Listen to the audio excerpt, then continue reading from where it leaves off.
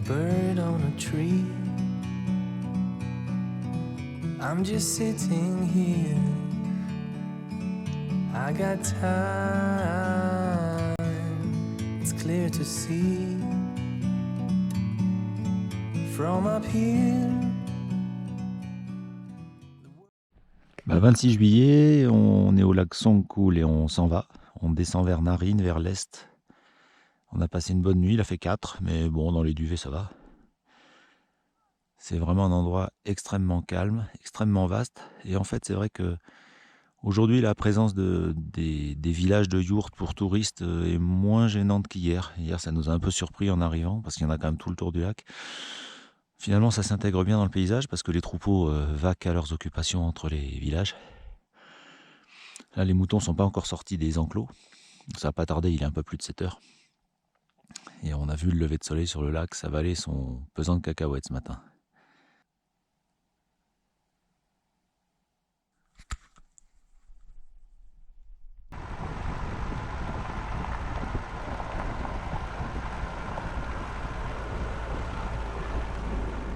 On est bien garé là, le troupeau arrive, on est garé là parce que il y a un alignement de pierres là du 1er siècle avant Jésus-Christ, sûrement lié à des offrandes.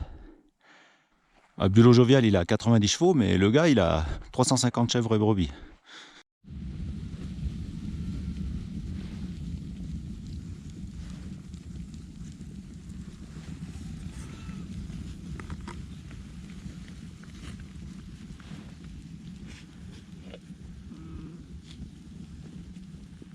Quel bonheur d'être là.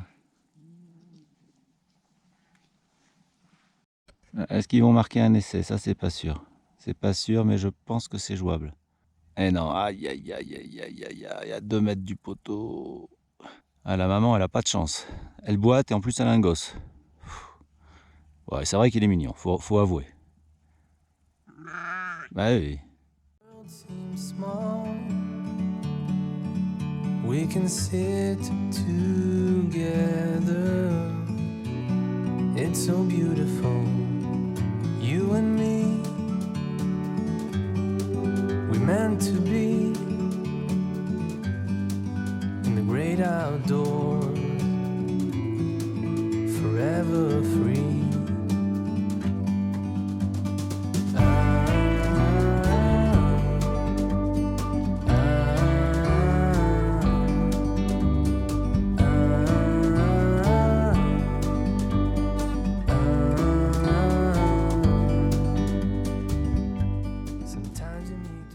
On descend vers Naryn, on a changé de décor, on a pris la piste sud. Elle vaut le déplacement quand même. Je vous donnerai les coordonnées si jamais vous venez par là.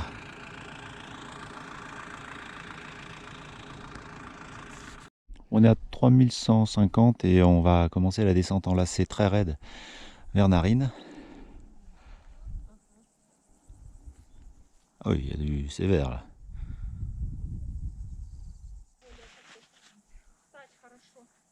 Bon, après 4 jours de piste, pas toujours facile et éreintante, on a retrouvé la route qui va de Bishkek au sud du pays, à la frontière chinoise.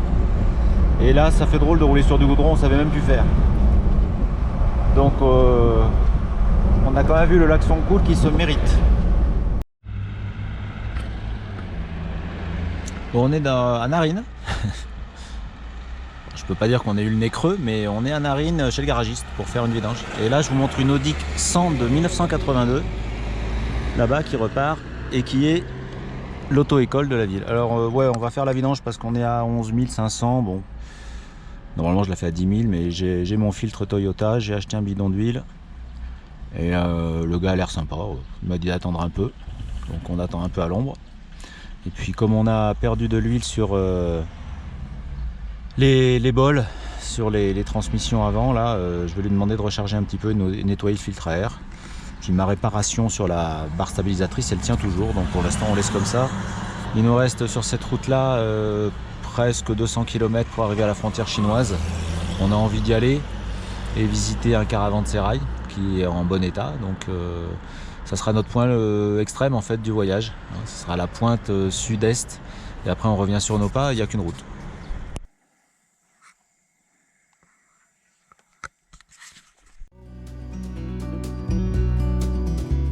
a step back to see the truth around you. From a distance you can tell.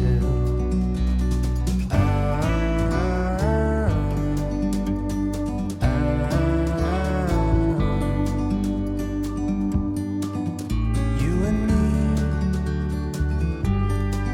were meant to be in the great outdoors, forever free.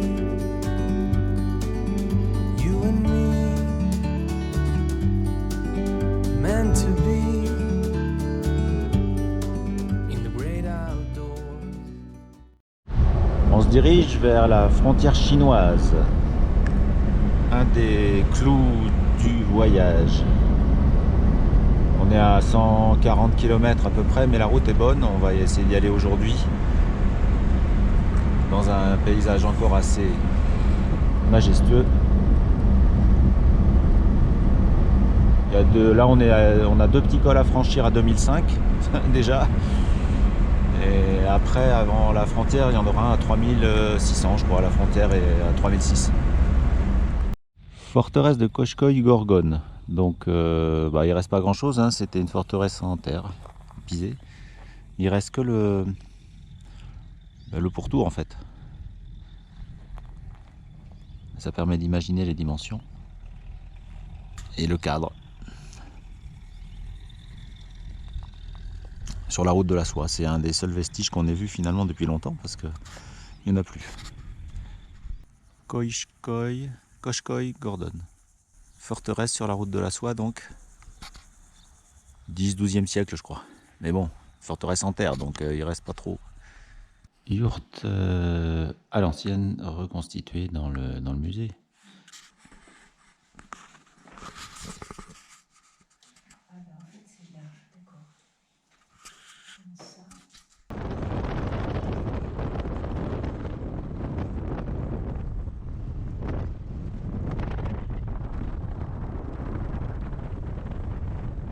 Arrivée de nos 3 amis cyclistes, 2 Français et un Néerlandais. On est à 2700 mètres d'altitude et ils pédalent comme des fous dans la côte. Alors le vent est tombé, mais quand même c'est raide. Surtout en vélo. Félicitations les gars. Il est en tête. Bon, ils sont que 3, hein, mais... Un échappé. Ouais. Bravo. Et le peloton arrive. Il n'est pas très fourni ici. Hein. Bravo. On vous voit bien. Forever free.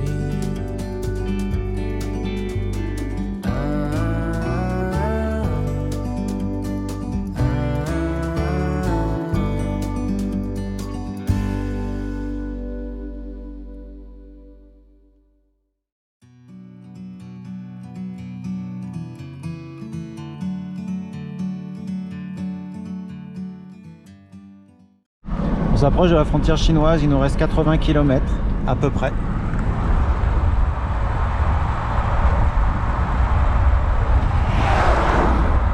Avec une belle route bien droite, mais bien lisse, très agréable. Il y a quelques genres de maxi dodane qui secouent un petit peu l'arrière de la voiture. Mais sinon, il n'y a pas de faille ou de trou sur le goudron, c'est plutôt agréable. On attend ce moment avec un peu d'impatience, on ne sait pas trop comment on va faire. C'est pas parce qu'on va être contrôlé, on a des permis spéciaux pour aller dans les zones frontalières, mais ça va peut-être pas suffire pour s'approcher des postes frontières. On va regarder si on peut. Sinon, il y aura une piste qui pourrait longer d'une autre façon la frontière. On va essayer d'y aller. C'est assez prenant quand même. Le paysage vaut le coup. On voyait plus de camions vers le bas et là c'est vrai qu'on arrive dans une zone quasi déserte. On est tout seul.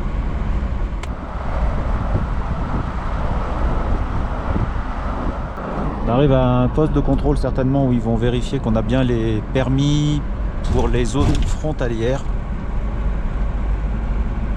On a des sommets au fond qui sont à 5000.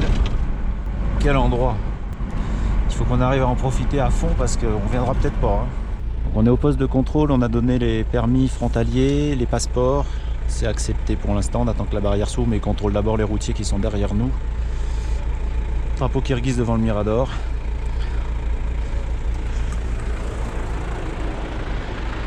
Voilà la file de camions qui veut rentrer, ils vont en Chine, les Kirghizes, et puis ça c'est des Kirghizes qui rentrent de Chine. Franchis la barrière de la zone tampon, enfin non, la zone kirghize, mais zone frontalière, on est toujours au Kirghizistan, mais frontière Chine, donc il y a au moins 2 contrôles successifs où il regardait passeport, l'autorisation, et là il a même regardé un peu ce qu'on avait comme bagage dans le coffre. Et là, on va vers la Chine, cette fois. La route est bien droite. Ah oui, c'est droit ça. On va faire gaffe, au bout ça tourne à gauche, dans 9 bornes.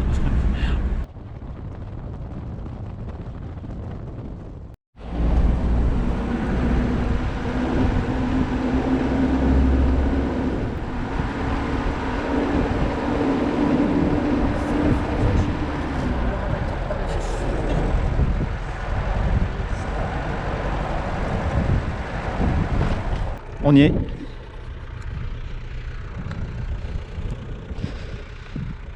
On y est.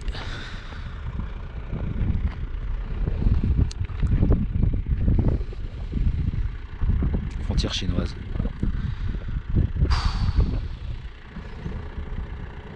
J'en reviens pas. 11 733 km et on est arrivé le long des barbelés. On est au Kirghizistan, de l'autre côté là-bas c'est No Man's Land et Chine. Les sommets sont en Chine.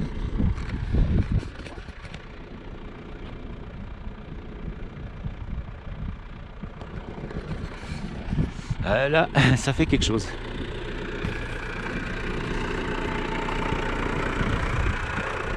Bon, c'est la file de camions pour la frontière Kirghizistan-Chine, donc il y en a plusieurs kilomètres. On n'est pas super à l'aise de les doubler, mais on va pas rester derrière parce qu'ils en ont pour des jours. Donc on essaie d'avancer un peu, je vais demander aux gars. Il y a énormément de Kirghizes et puis des Chinois, et puis on n'a pas vu d'autres nationalités de camions. Donc on a 5 km de camions à doubler pour aller au village. C'est un chauffeur kirghize qui m'a dit que c'était Mojna, donc on y va, mais c'est un peu stressant parce qu'il y en a quelques-uns qui descendent dans l'autre sens qui roulent vite.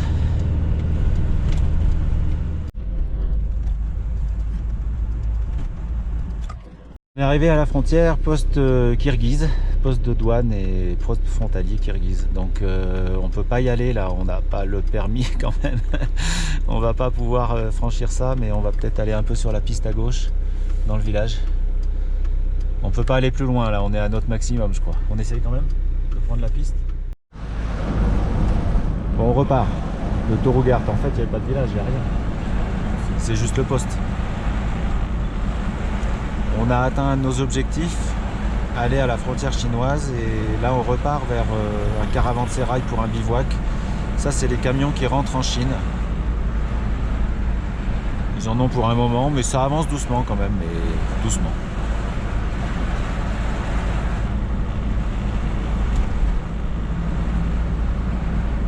C'était pas gagné d'arriver jusque là.